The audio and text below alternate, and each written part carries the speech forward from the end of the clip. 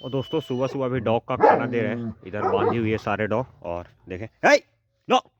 और इधर चिकन, हम ठंड के टाइम में दोस्तों रॉ चिकन ही खिलाते हैं, कच्चा मीट ही। देखें चिकन रखे हुए हैं, बाकी सब में चिकन डाल भी रखे हैं। देखें वो खा भी रही है निकाल के, सब में अच्छा खासा चिकन डाला हुआ है। ये देखें आराम से सुबह के टाइम में। और देखें अभी जल्दी से दे के और इनको खिलाते हैं खाना।